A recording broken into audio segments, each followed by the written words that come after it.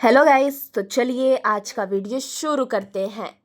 मोतीलाल ओसवाल ने एक IT stock को बाई बोला है जिसमें 52% ऊपर जाने का चांस है।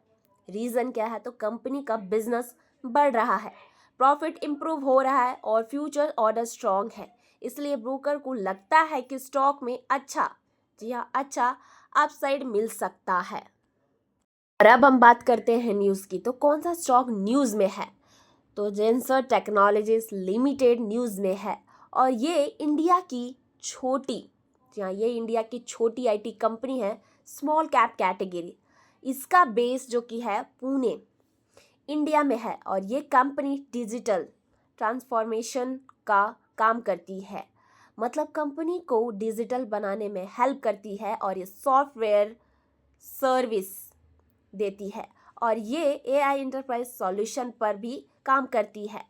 तो जेंसर एक छोटी आईटी कंपनी है जो कि सॉफ्टवेयर, एआई और डिजिटल का काम करती है और इसी वजह से ये न्यूज़ में है। और अब बात हो रही है ये स्टॉक फोकस में क्यों है। तो मोतीलाल ओसवाल एक बड़ी ब्रोकरेज कंपनी ने इस स्टॉक पर बाई रेटिंग दी है। जी हाँ, बाई रेटिंग दी है। उनका मानना है कि ये स्टॉक 52% तक ऊपर जा सकता है। उन्होंने इस स्टॉक का टारगेट प्राइस 1000, जी हाँ 1000 बताया है। अभी इस स्टॉक का करंट प्राइस लगभग 660 है। तो बड़ी ब्रोकरेज बोल रहे हैं कि ये जो कि शेयर अभी सस्ता है और फ्यूचर में काफ़ी ऊपर जा सकता है, इसलिए ये न्यूज़ में है।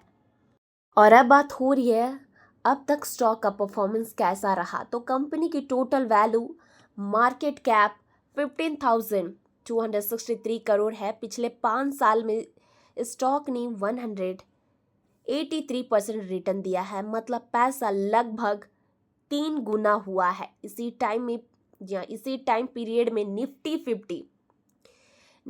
50 ने सिर्फ 66% रिटर्न दिया है। सीधी सी बात है, ये स्टॉक ने मार्केट से काफ़ी ज़्यादा अच्छा परफॉर्मेंस किया है।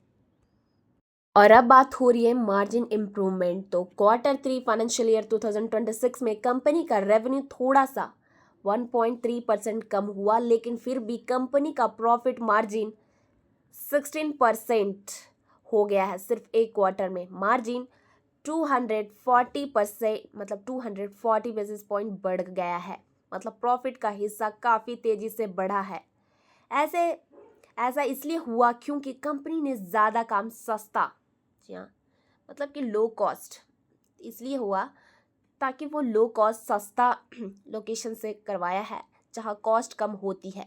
कंपनी का ऑफशोर कम पिछले साल के मुकाबले 400 BPS इम्प्रूव हुए हैं। इसका सीधा मतलब ये है कि कंपनी हर एक रुपये की, जी हाँ, 1 रुपये की अर्निंग पर पहले से ज़्यादा प्रॉफिट कमा रही है। और अब बात हो रही है strong deal and future growth की। तो आगे का ग्रोथ क्लियर दिख रहा है। कंपनी का नया ऑर्डर 180 मिलियन डॉलर के मिले हैं, यानी लगभग यहाँ पर देख सकते हैं 1650 करोड़ का काम।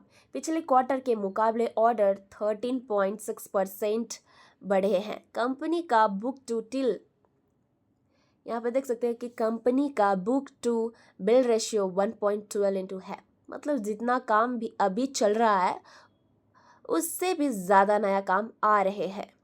इन ऑर्डर्स में से लगभग 20% काम एआई से रिलेटेड है। इसका सीधा मतलब है कंपनी के पास आने वाले टाइम का काम पहले से तय है।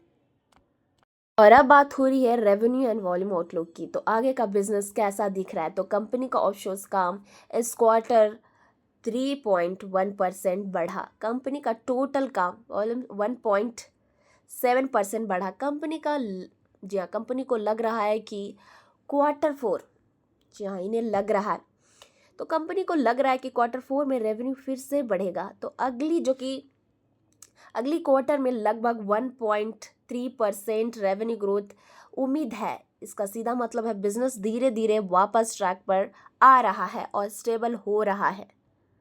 अब बात हो रही है फाइनेंशियल परफॉर्मेंस एंड वैल्यूएशन की। आगे का पैसा और प्राइस का आइडिया। तो कंपनी के रेवेन्यू ग्रोथ लगभग अप्रॉक्सीमेटली 7.9% रहने की उम्मीद है।